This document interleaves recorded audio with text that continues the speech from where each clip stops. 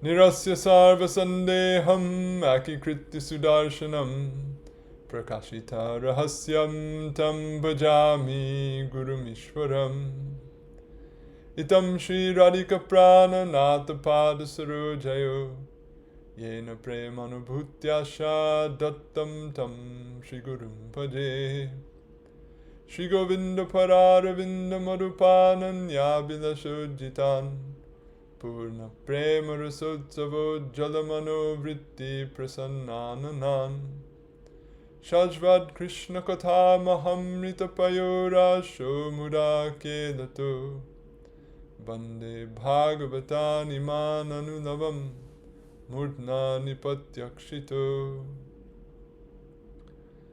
Namah Shri Guru Krishnaya nirupadi kripa krite Yashi Chaitanya Rupo Bhut Tanvan Prema Rasam Kalu Jayatam Surato Pangor Mama Mandamate Gati Matsarvasva Parambojo Radha Madana Mohano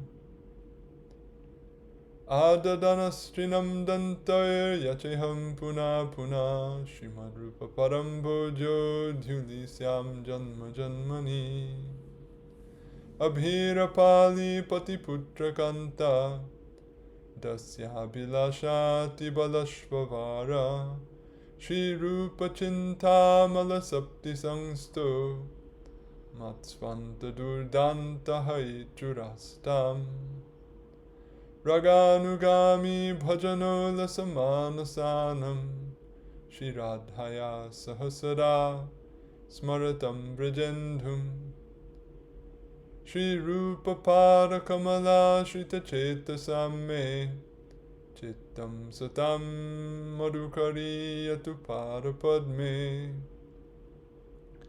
Bhaktir Yanikilarta Varga Jananiya Brahma Sakshat Krite Anandati Shaya Prada Vishaya Jat Sukyat Vimuktir Yaya Shri Radha Ramanam Param Bhaja Yugam Yasya Mahanashrayo Yakarya Vrajalokavat Gurutara Premnaeva Tasyai Namah Yaram Yanikilagha Sangha Shamani Shrotratritim Sangata Ya Swadya Rasikai Sukabdi Danani Dhikarya Mukti Spriham Yadhyata Hridaye Vrajendra Tanuja Premamrita Syandini Saji Yadhari Bhakta Vrinda Mohita Dhanyeha Padyavali.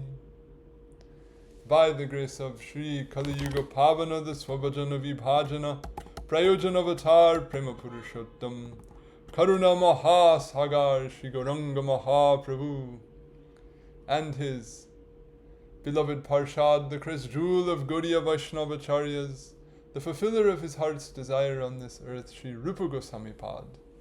Again, today we will continue our discussion of Padyavali.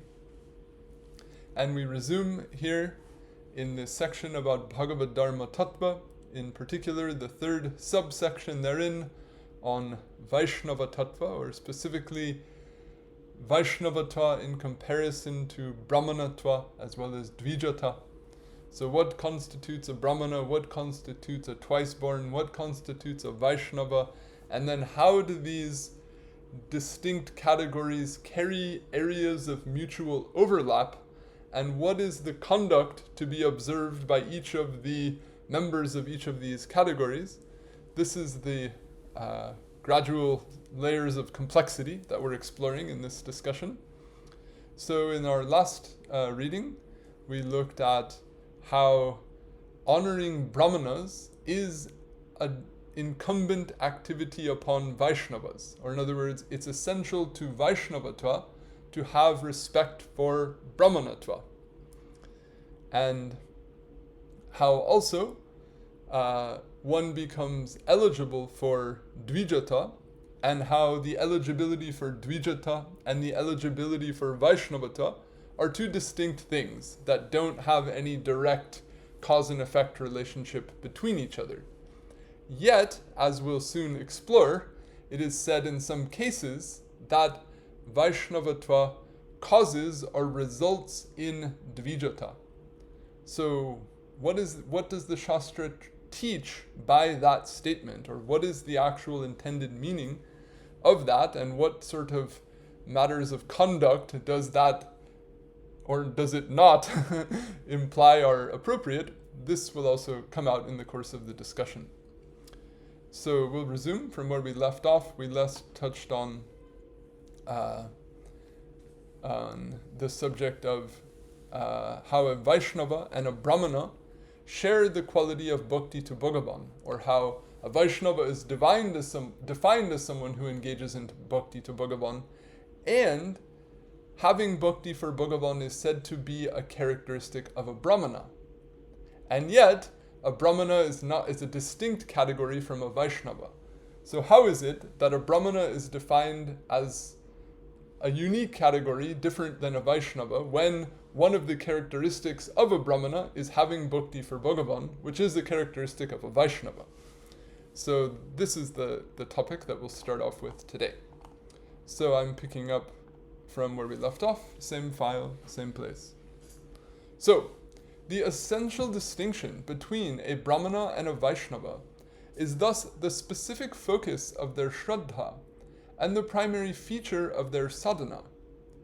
Both, in general, have faith in Shastra, but the former has Shraddha in the path of karma and primarily observes Swadharma, whereas the latter has Shraddha in the path of bhakti and primarily engages in bhakti sadhana. It is in this sense that Brahmanas and Vaishnavas, or the twice-born Dvijas and Vaishnavas, are spoken of as distinct categories, even though a Vaishnava may also be a Brahmana or a twice-born. So although a Vaishnava can be a twice-born, although a Vaishnava can be a Brahman, and although a Brahman has bhakti to Bhagavan, still Vaishnavas and Brahmanas are two different things. And we'll look at how Sanatana Gosvami himself speaks this way in the Brihad Bhagavatamrita and his explanation as to why he does so. So what do they share? They share Shraddha in Shastra. But where do they differ? In their application of Shastra, or in the predominance of their activity that is guided by the Shastra. One does predominantly karma with bhakti as a secondary element, the other does bhakti predominantly and no karma, or karma only as a secondary element. So, Sri Sanatana Pad also speaks in this way in a commentary he writes on a set of verses in Brihad Bhagavatamrita 132-34, in which Brahmanas and Vaishnavas are mentioned separately.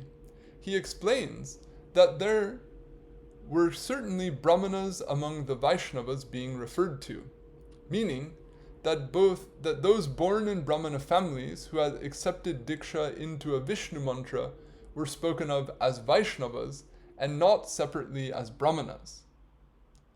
The separate mention of Brahmanas was made only for the purpose of referring to Brahmanas who had not accepted Vaishnava Diksha. So you may be born in a Brahmin family, you may have the samskaras that make you twice born, but once you accept Vaishnava Diksha, what do we call you? We call you a Vaishnava, not a Brahmana. In other words, we call you by what will be the predominant feature of your Shraddha. So once you accept Vaishnava Diksha, this is synonymous with Shraddha in Bhakti Marg, whereby it becomes a transgression to continue to engage in the Karma Marg once you've adopted the Bhakti Marg. In the case of such persons, they're spoken of as Vaishnavas. But they're still Brahmanas. In other words, they still have the characteristics of Brahmanas, or could be spoken of as such. But yet, so who is a Brahmana then? A Brahmana is one who has not accepted Vaishnava Diksha, but that person might still engage in acts of bhakti to Bhagavan.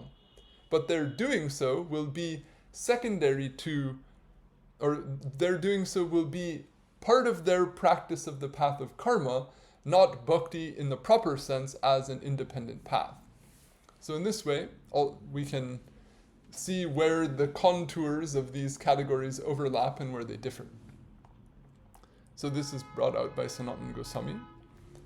establishing the aforesaid distinction between the path of karma, followed by Brāhmaṇas, and the path of bhakti, followed by Vaiṣṇavas, and exalting the path of pure bhakti as the sole means to the fulfillment of not only one's human life, but of one's eternal existence, is one of the principal objectives of Srimad Bhagavatam. So what is Krishna teaching in the Gita? He's ultimately teaching, in the view of the Gaudiya Vaishnava commentators, the path of bhakti as something superior to the path of karma. Similarly, in the Bhagavatam, although there are all these sections like we've discussed in recent classes where the duties of the various varnas and ashramas and so forth are discussed, what's the Bhagavatam ultimately trying to teach? Even though it mentions, cosmography and it mentions, varnashram dharma, and it mentions all these other things, principally it's trying to teach bhakti. So we get certain places in the Bhagavatam where all these different elements are laid out, and then they are brought into tension, if you will, or then they are contrasted and relative superiority between them is specifically stated. So we see a vivid example of this in the 4th canto. A thorough and vivid statement of this can be found in the 4th canto in a set of verses that describe the 3 births attainable by the 3 upper varnas, the path of karma itself, the path of jnana, and numerous other features of human life in general, as all being futile without pure bhakti to Bhagavan. So this is a long sentence that goes on, makes a long list. So what's being shown, or what the purpose of the whole passage is to say bhakti is superior to karma, bhakti is superior to even having all the 3 births that one can have on the path of karma. So, we have the following. Tad janmatani karmani tadayus tanmano vacha rinam yena hi vishvatma sevyate haririshvaraha kim janma bhistribir veha shokra savitra yagyikai karma birva trayi proktai pungso pi vidudhasyusha shrutena tapasava kim vacho bhis chitta vrittibhi buddhyava kim nipunaya balendriya radhasa kim va yogena sankhena nyasa svadhyayorapi kim va shreyo bhiranyaischa nayatratma pradohari shreyasam api sarvesham atma hyavadirartataha sarvesham api bhutanam hariratmatmada puriya.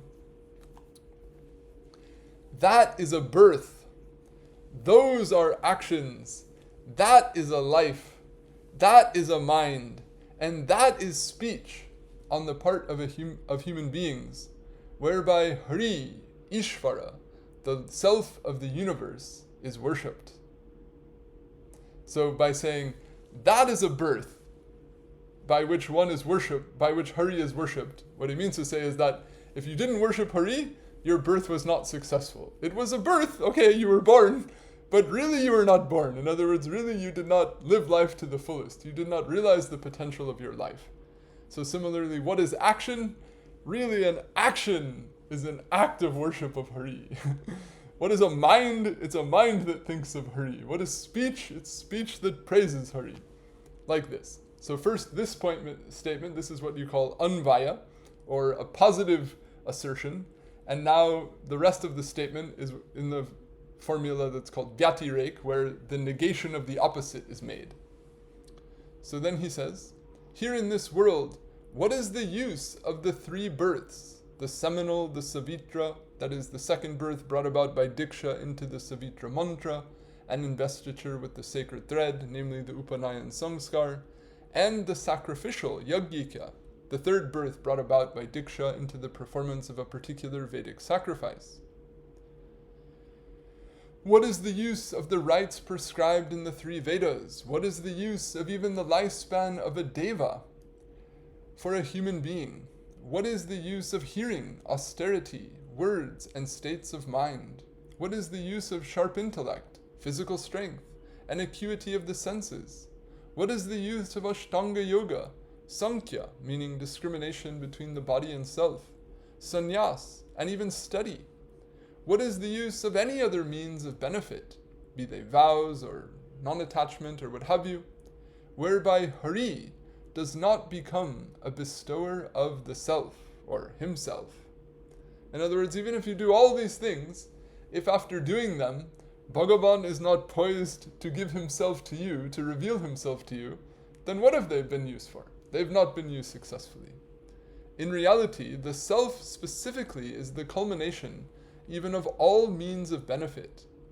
And Hari is the self, the bestower of the self, and the beloved even of all beings.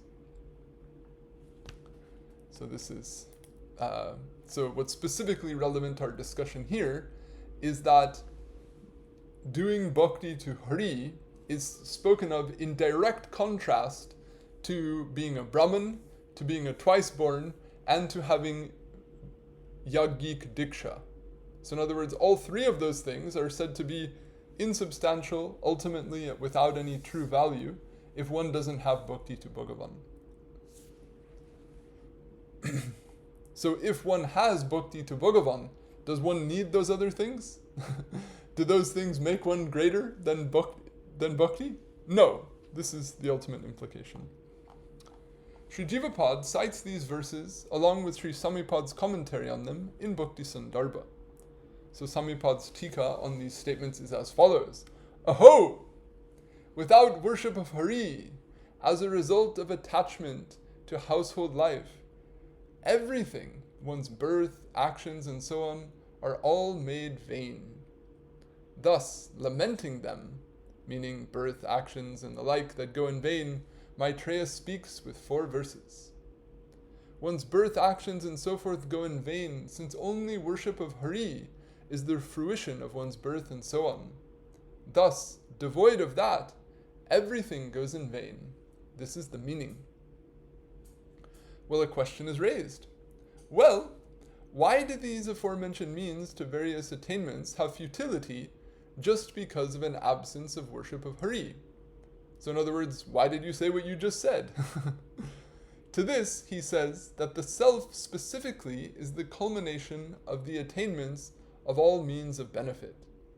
In other words, you don't have a life of true meaning or of true value unless you attain the ultimate object of meaning and value. So that ultimate object of meaning and value is Hari. So if you have all of those things, but you don't have Hari, then they haven't truly served you, they haven't really led you to what is meant to be attained, so they've gone in vain. Because they could have, but they didn't. Quote, in reality means in regard to ultimate reality, because of all else's being dear to oneself, only on account of all else's being for the sake of the self. This is the meaning.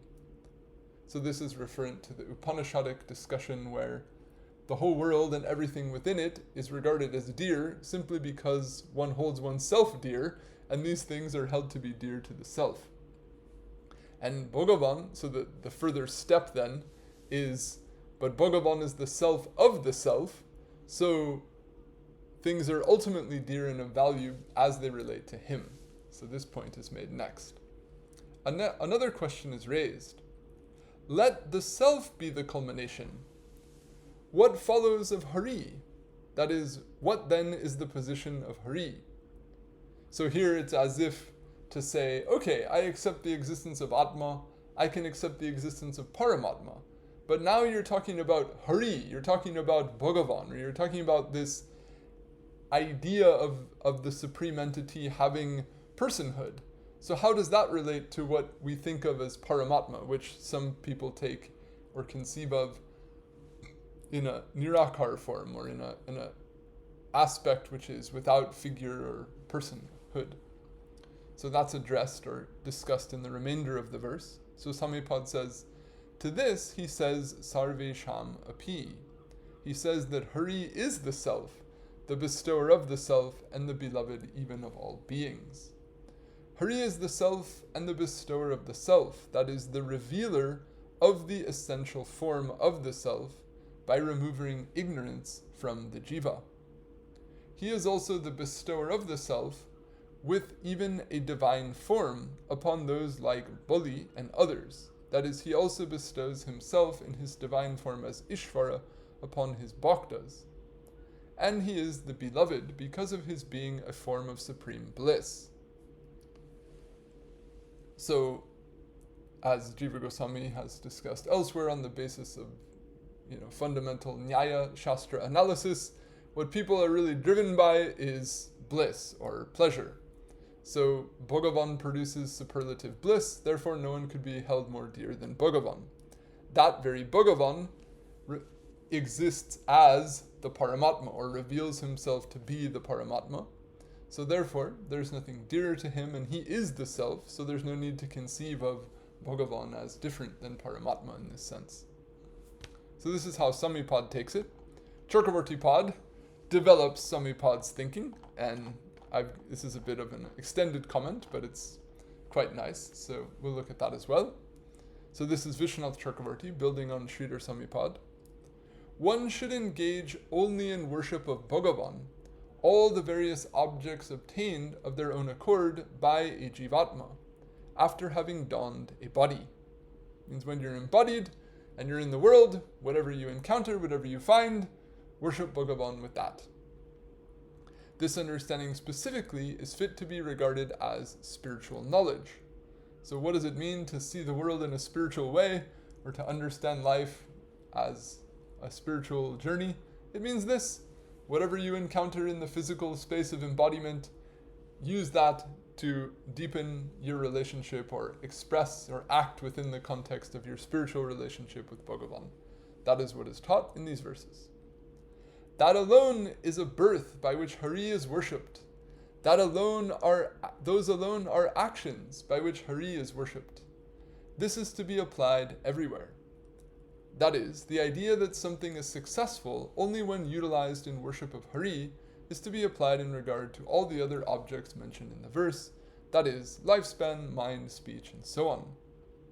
Mind and speech are to be understood as indicators or upalakshanas also of intellect, the senses, strength, austerity, hearing, yoga, sankhya, sannyas, brahmacharya, and so forth, by reference to the meaning of the latter verses.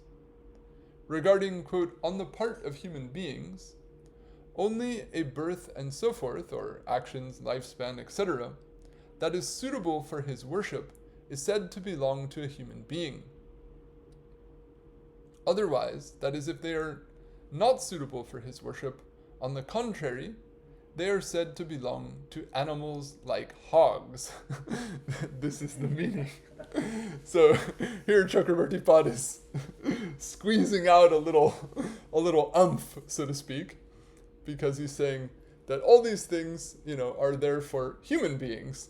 So the implication then is that if something is not utilized, in worship of Bhagavan, or is not fit for that, then it's not part of what makes human life distinct from animal life, so animal life.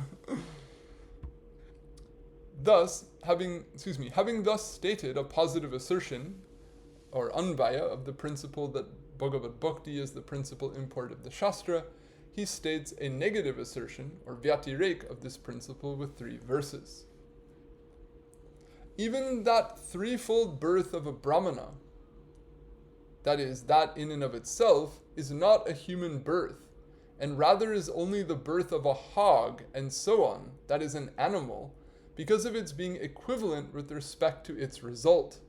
That is, even the birth of a person born in a family of Brahmanas, who has received the second and third births that those of his varna with the requisite sanskaras are eligible to receive, goes in vain if it remains devoid of worship of Sri Bhagavan. Now this is something we might want to be careful who we quote around. So you heard that right. Vishwanath Chakravarti is saying the birth of a Brahmin who's undergone the sanskaras, received the upanayana, is engaged in Vedic yajna, is no better than an animal birth. Why not? If all of that is being done independent of bhakti, without the aim of satisfying Bhagavan, if it's not being utilized in a way that's conducive to bhakti or an expression of bhakti, then he's saying it's really no better than animal life, it's really no better than anything else, because it'll still perpetuate one's conditioning within samsara.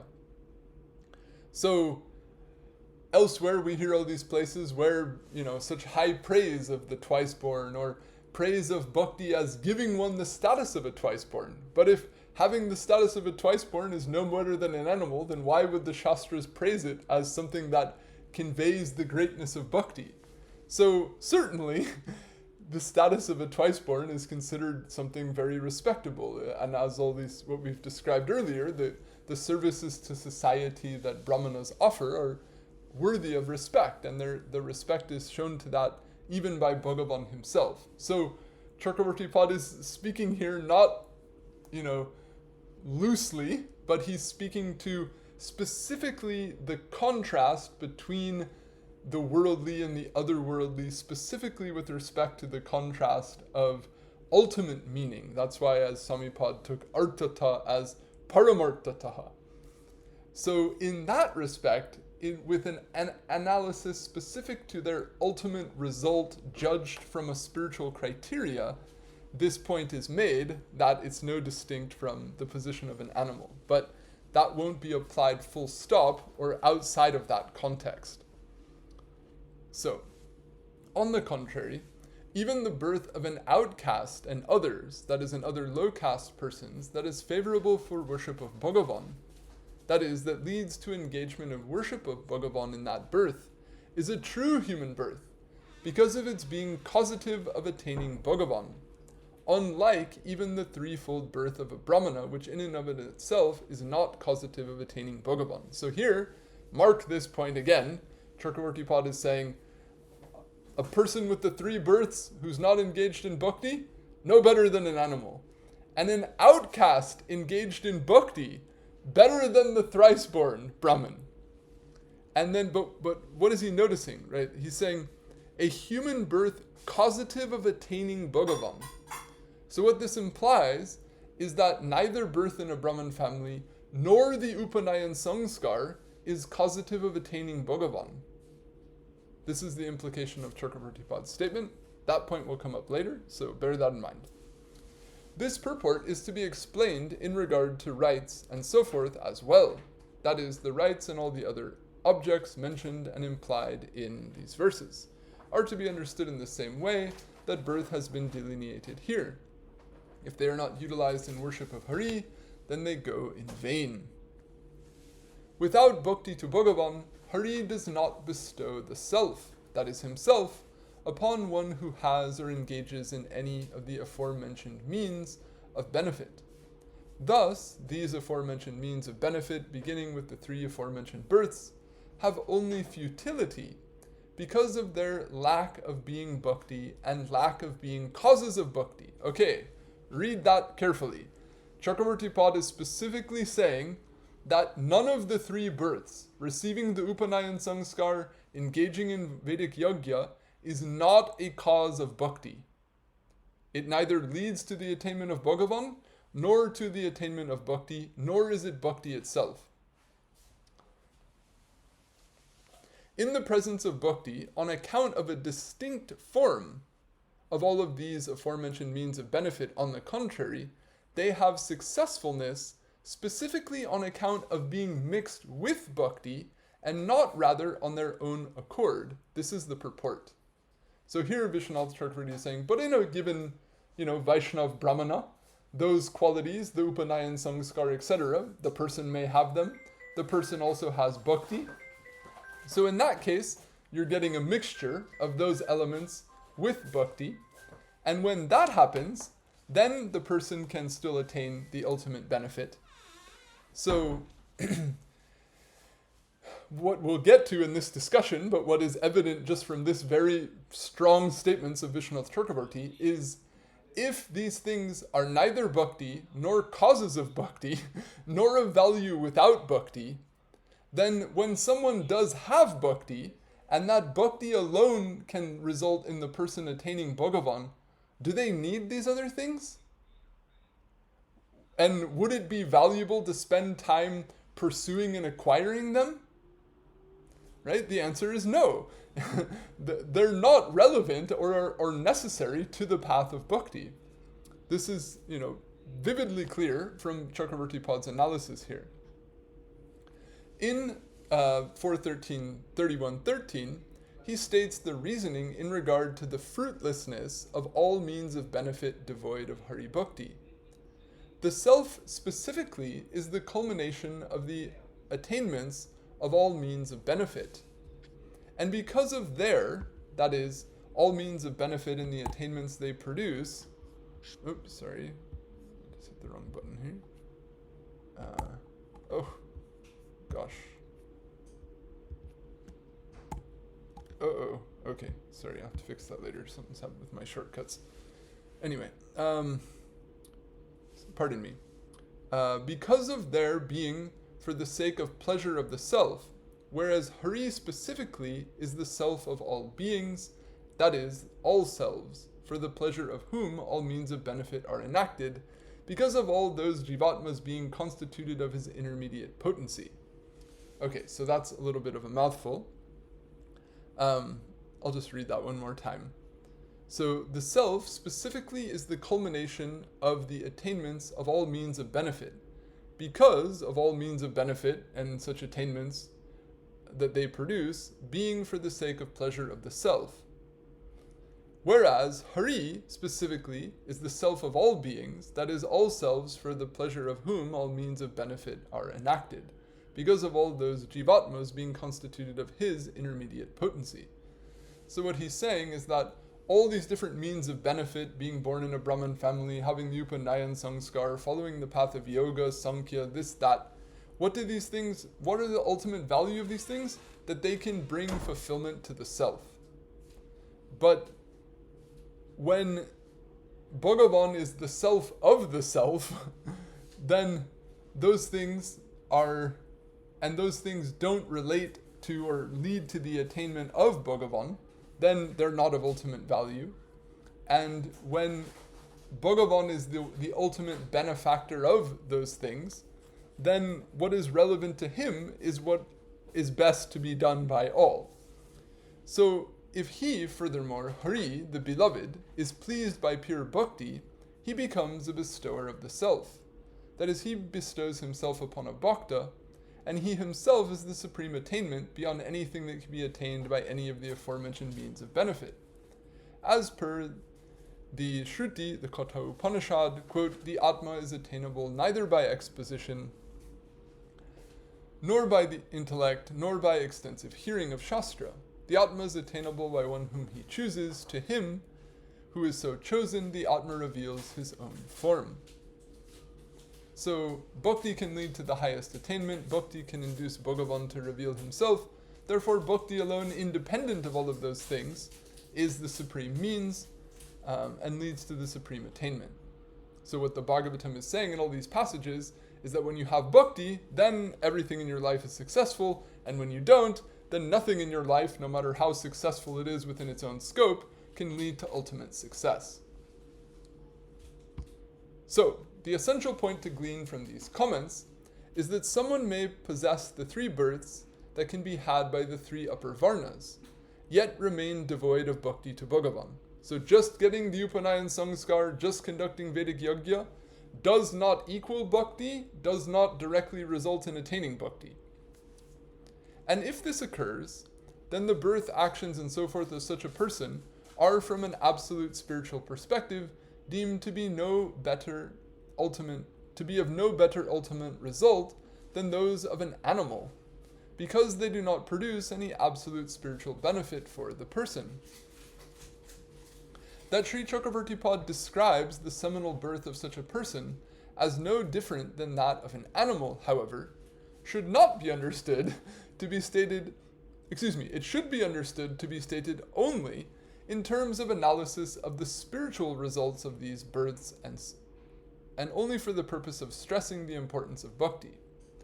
Since Sri Chakravarti Pad has repeatedly spoken of the respectability of a Brahmana by both birth and by virtue of qualities, knowledge, and conduct, elsewhere in the aforecited passage from his commentary on Srimad Bhagavatam, it should be understood that his comparing the birth of a Brahmana to that of an animal, if the Brahmana does not utilize that birth to engage in bhakti to Bhagavan, is not meant to imply that Brahmanas who neglect to in that way make their births successful are not worthy of respect, in accord with the aforementioned statements of Sri Bhagavan and others enjoining respect for their birth, qualities, knowledge, and conduct. Much less is Vishnu Chakravarti's intent that such Brahmanas would be considered worthy of respect only due to being an animal. Sri Vishnu Chakravarti's common comparison of a Brahmana's birth to an animal birth is rather an instance of what is to be known as Nahi Ninda Nyaya, which is explained in the Shabara Bhashya of the Mimamsa Sutra. Quote, the criticism is not employed to criticize. Then what is it employed for? To praise something other than that which is criticized. So in other words, if we read Chakravarti Pad's Bhagavatam-tika, over here, he's praising Brahmanas, he's showing how Bhagavan is profusely worshipping Brahmanas, honoring Brahmanas, saying if my arm would ever hurt you, I would cut it off first, and I'm pure because I hold the dust of your feet on my head. And then over here, and he's saying, but those Brahmanas' birth is just no better than an animal's. So is he incoherent? Absolutely not. Rather, he's saying these things as they pertain to the social context, social cohesion within the world, and the respect due to Brahmanas in the worldly context. But from the absolute perspective in comparison to the path of bhakti and eternal attainments, then the Brahmana birth is, quote, equated with the animal birth because it, in and of itself, doesn't result in the attainment of anything beyond the plane of the transitory. It doesn't result in an eternal attainment. In that sense, it's no different, but only in that sense. So there isn't an implied Vyavaharic conduct from this analysis. Rather, there's an implied spiritual distinction. Sri Prahlad Maharaj speaks with the same intent in praise of Vaiṣṇavas in comparison to Brahmanas in Srimad Bhagavatam. So this is a famous statement of Prahlad in this regard. Viprad dvishad gunayutad aravinda nab pararavinda vimukat sopacham varishtam manye tararpita mano vachanehi tarta pranam punati sakulam natu bhurimana.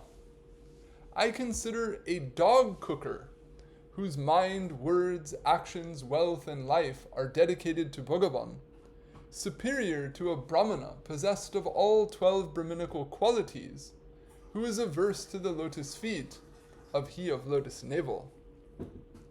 He, namely the dog cooker who is a bhakta of Bhagavan, purifies his family, whereas one of great pride does not.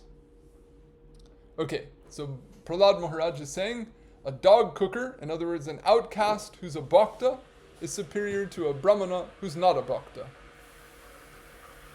Sri Jiva Pad and Sri Sanatana Pad both cite Samipad's commentary on this verse.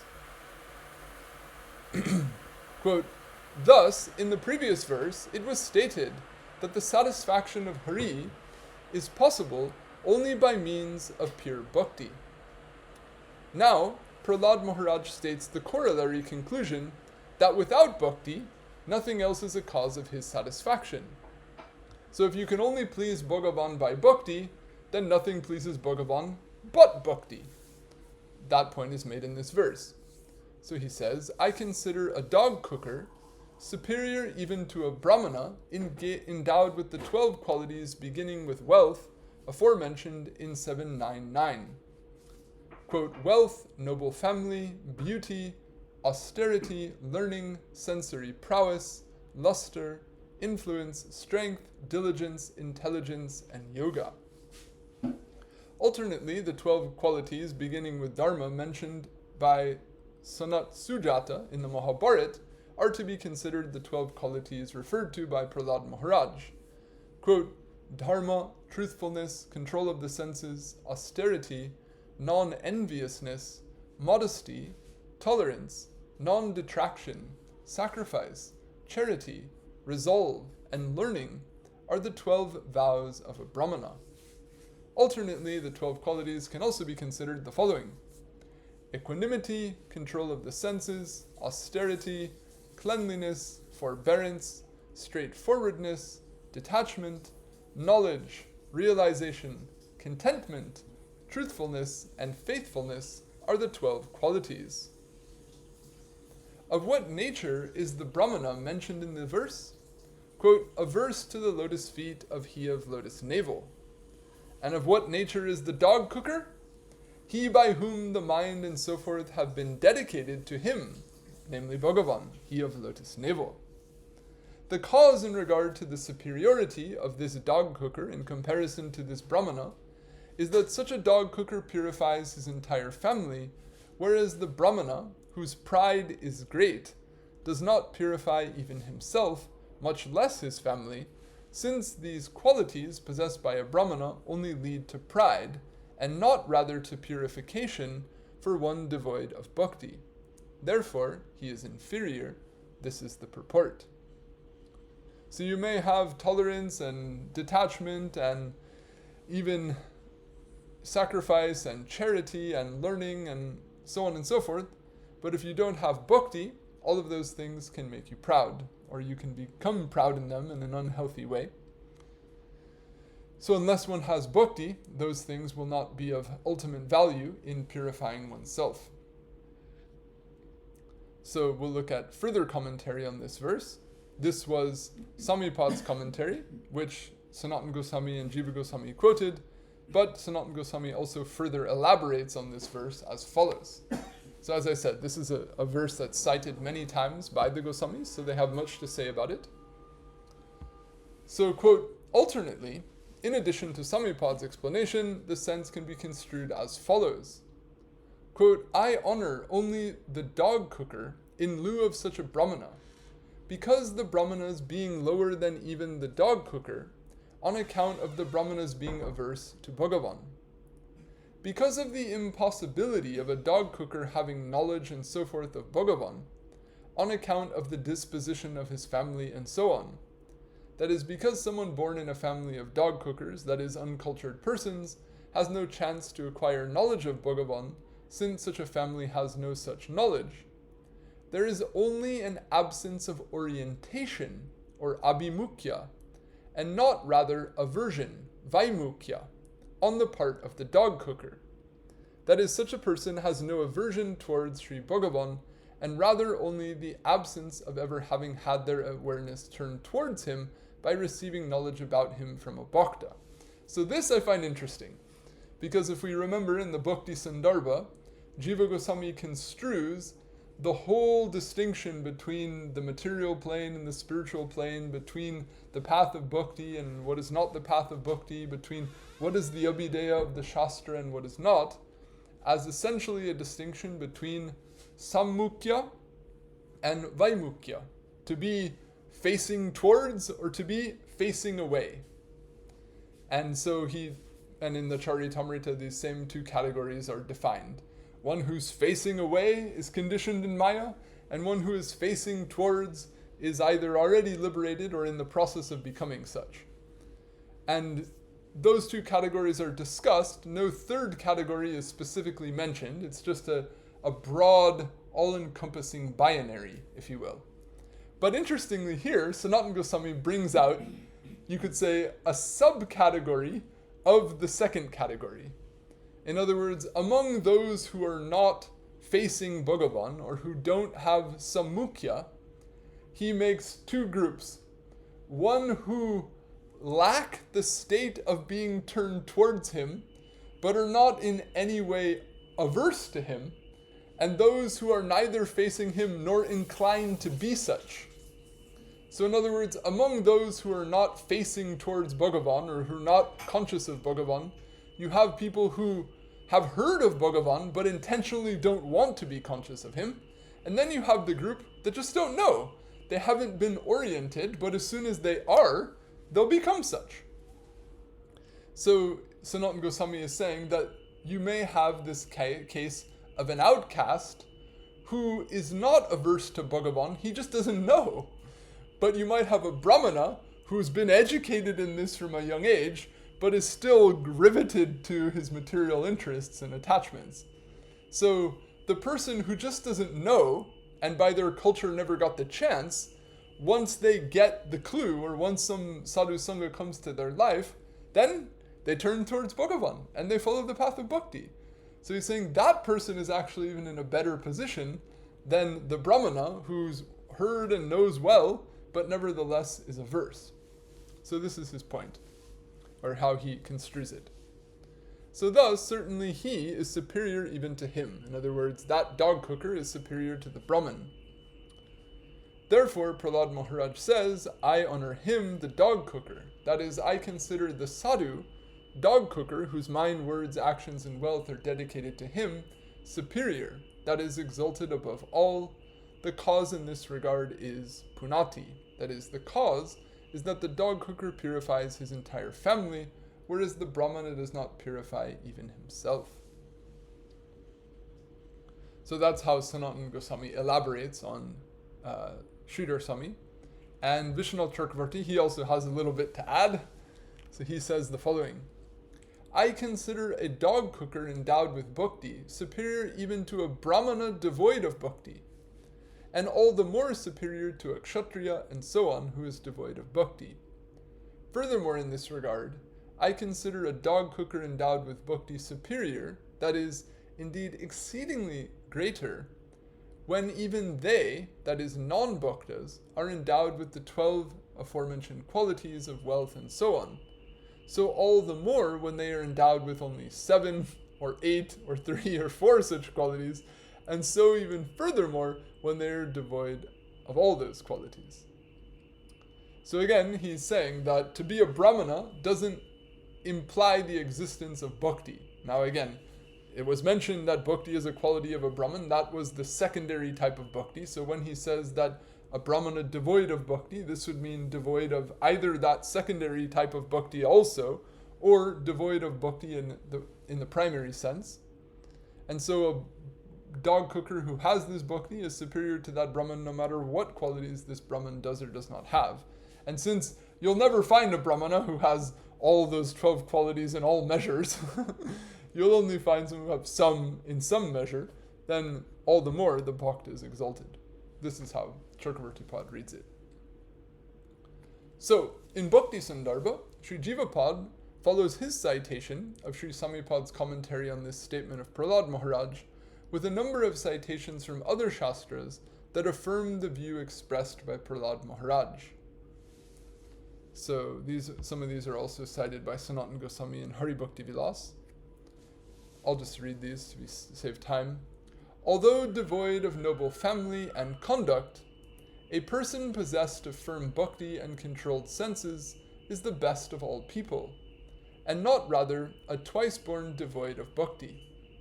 Though possessed of the 18 knowledges, that is the 18 branches of Vedic knowledge, peaceful, of high caste, and adherent to dharma, that is the duties of varna and ashram. If a brahmana, kshatriya, vaishya, shudra, or anyone otherwise is fully endowed with Vishnu bhakti, they are to be known as the best of all. Those who are devoid of Vishnu bhakti are declared outcasts. Even outcasts who are devoted to Hari bhakti are exalted. O king, even a dog cooker who is a Vishnu bhakta is more than, meaning superior to a twice-born, whereas a twice-born devoid of Vishnu bhakti is inferior to a dog cooker. Sri Sanatana Pad also cites a number of these verses and others, such as the following on this subject in Hari Bhakti Vilas. Those of mixed caste who are bhaktas of Madhusudan are pure. Those who are of noble family but not bhaktas of Bhagavan are equal to malechas, that is, those of the very lowest caste. So, for us this might seem, like a clear articulation of a principle again and again, but within the Varnashram Dharma social context, these are very powerful statements, and these are, things that are little known, or if they're known, they're little contemplated such that their actual import is felt and brought out tangibly in one's life and social dealings. So these are very significant statements to say that someone who's devoid of bhakti is equal to a malecha, meaning a brahmana devoid of bhakti is equivalent to a malecha. This is a very, strong statement. If you were to, speak in a way as to imply that directly to a Brahman, that would, generally speaking, be considered very disrespectful to imply that a Brahmana is a malecha. But from this particular angle of vision, this principle is expressed. So, I think I'll stop here for today. We'll look at some more verses which stress the purifying power of bhakti to uplift one from whatever their birth may be, no matter what their caste is. We'll look at some additional statements that further emphasize this point. And then we'll come to what's, you could say, more the matter of discussion, or if bhakti is so purifying, and if bhakti has the power to remove even the lowest caste status, then why do we have these statements that say that by having bhakti, you can get twice-bornness? In other words, why even praise bhakti like that? What?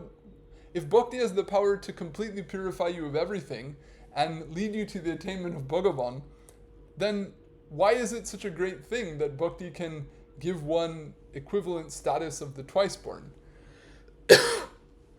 From a spiritual perspective, that's not high praise. And from a spiritual perspective, that's not important.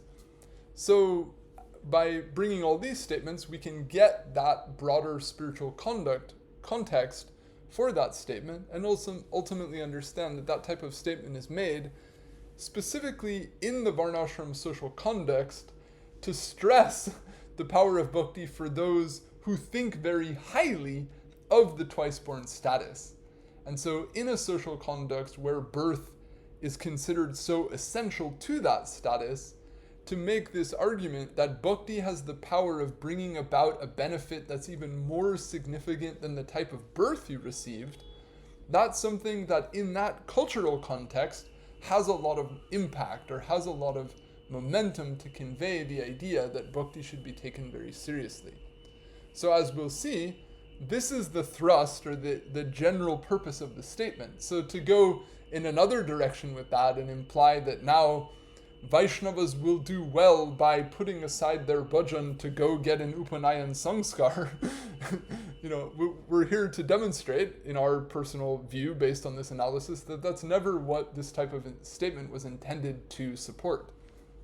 So that's where the conversation is going. So I'll stop here for today. If anyone has any comments, questions, corrections, or anything else, please feel free to share. What is a malecha? I've got a question here. What is a malecha? So one way, I'll give you two answers. In one place, Sanatana Gosvami defines it as simply a term that's used for the lowest grade of birth. In other words, the least cultured status that one can have, that's the label for that. This is one way Sanatana Gosvami explains it. And also there is one place, one of the Smriti Shastras, I believe it's the Bodhayana Smriti, gives a specific definition as one who kills cows, speaks roughly, and I forget the third, but it gives a third sort of characteristic which is typical of the uncultured. In other words, they are engaged in activities that are sinful, they have a harsh nature, and I don't remember off the top of my head the third one, I'll have to look it up. But there's a definition that's given in one place. And I see a hand here also, yes? Radhe Radhe Babuji. Jai Shri Radhe. So Babuji, I have a question that Krishna is the self of the self and Ananda is what we want. So this want is a want of Atma or is some want of mind? Because I guess Atma doesn't hanker for something. So right, it's a want of the mind? Okay, so it's a want of mind. Then it's how this is essence of everything, that this is a self of the self and Atma wants it. Some people said that Atma hankers for bhakti and all. So that is... Okay, well, I mean, we're speaking from the perspective of Atma as being embodied or being ensheathed, if you will, in a linga sharir and a stula sharir, or a subtle body and a gross body. And the thing called icha, or desire, as well as sukha, or feeling of pleasure or pain, all of these things require a substratum, or a place for them to exist. The Atma is not a substratum of sukha or of icha. In the Gita, these are defined as elements of the kshetra, not the kshetragya. So in Jiva Goswami's analysis of the Jiva in Paramatma Sandarbha, he mentions gyatritva, bhoktritva, kartritva on the part of the Jiva, but not that the Jiva is a karta, or that the Jiva has bhoga, that the Jiva doesn't have experience when it's defined in its abstract, unembodied state. It just has the potential to give rise to experience if, so to speak, the hardware for experience is supplied, the subtle body and the samskars and a whole animation with gunas and so forth, for all of that to take place. So any concept of desire or of pleasure, sukha or ananda, or of desire for pleasure, all of these things are spoken of in the context of an embodied jiva who's experiencing cognitions in a mind that is being enabled, or that those psychological processes are being enabled by the presence of the Atma in the Linga Sharir.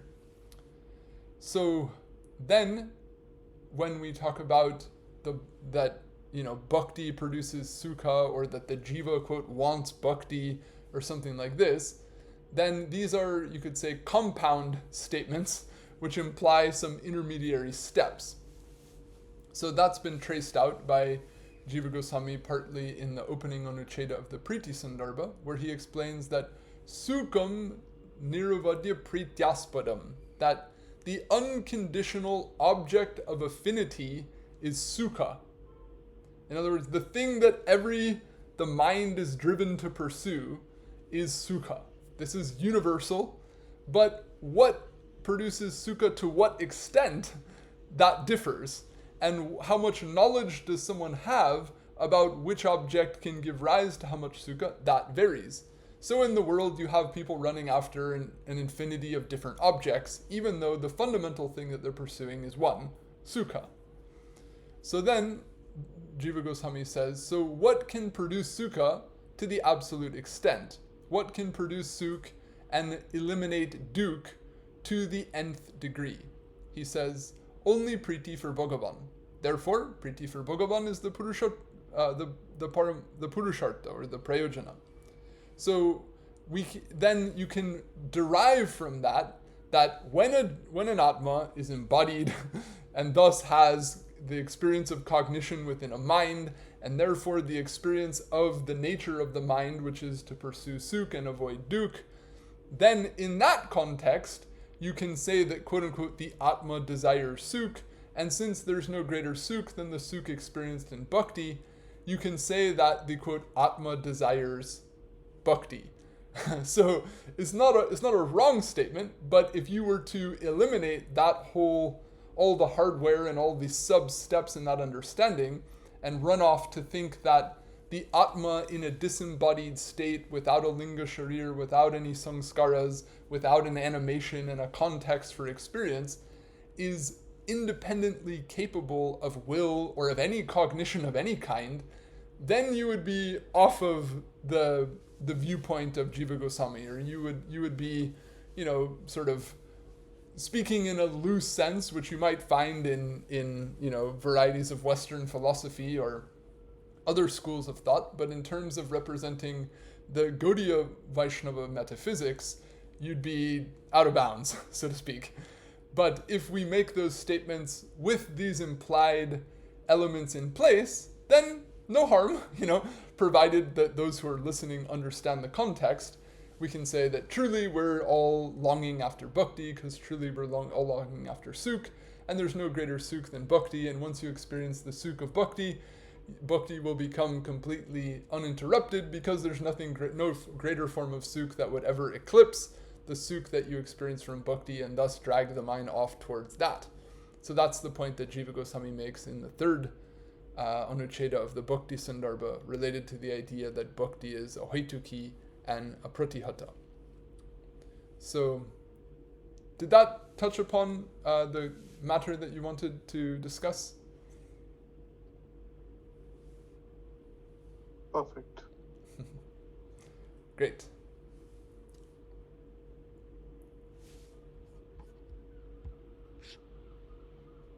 All right, well, these are, quite technical parts, as I said, and there's more to come, but we're going slowly and we're building through all of these steps, because all of these different definitions and incremental steps are important, so that when we get to the conclusion of this subject about what will be the right etiquette for those following the path of Uttama Bhakti, would, pursuing the Upanayan Samskar be true to adherence to the path of Bhakti or not, and how are we to view those from whatever birth they're in, or whatever set of samskaras they may have or not have, how is that meant to be viewed, such that we can aptly show respect for Vaiṣṇavas, the respect that they're due, as well as Brāhmaṇas, the respect that they're due, and so forth, to try to clearly draw out all of those points and look at some of the statements, especially in regard to the Bhakti Rasamrita Sindhu, that we'll get to later. We're going step by step through this analysis. So, I'll conclude here for today. Vaiṣṇavebhyo namo namah. Jai Shri Guru, Jai Shri Gaur, Jai Jai Radhe Shyam.